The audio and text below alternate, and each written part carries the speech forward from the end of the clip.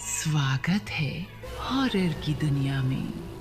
खोलो खूनी फ्राइडे और देखो हिला देने वाली हॉरर स्टोरी।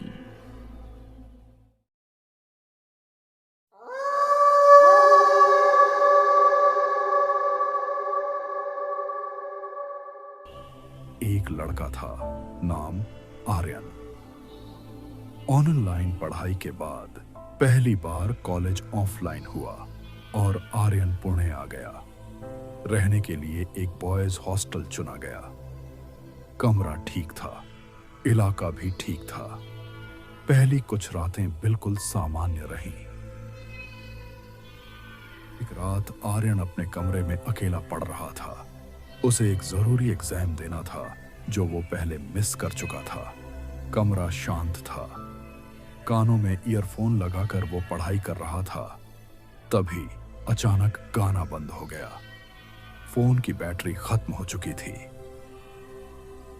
कमरे में अचानक बहुत ज्यादा शांति हो गई। उसी शांति में आर्यन को एक बहुत हल्की सी आवाज सुनाई दी, किसी औरत के रोने की। पहले बहुत दूर से, इतनी हल्की कि लगा वहम होगा।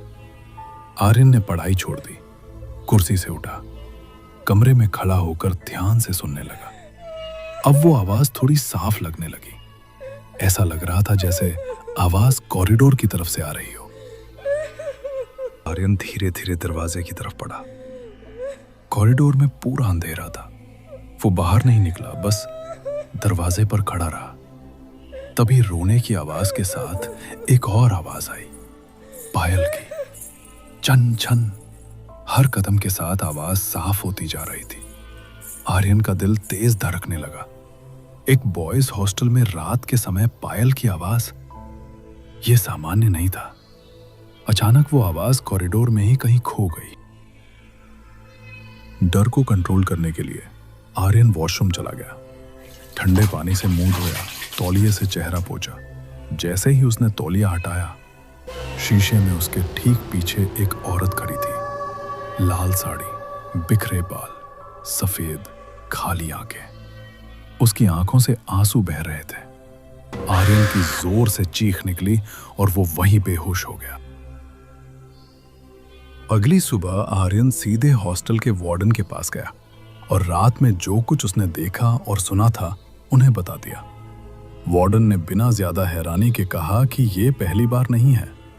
उन्होंने बताया कि करीब 13 साल पहले इसी हॉस्टल के अंदर एक औरत की लाश मिली थी।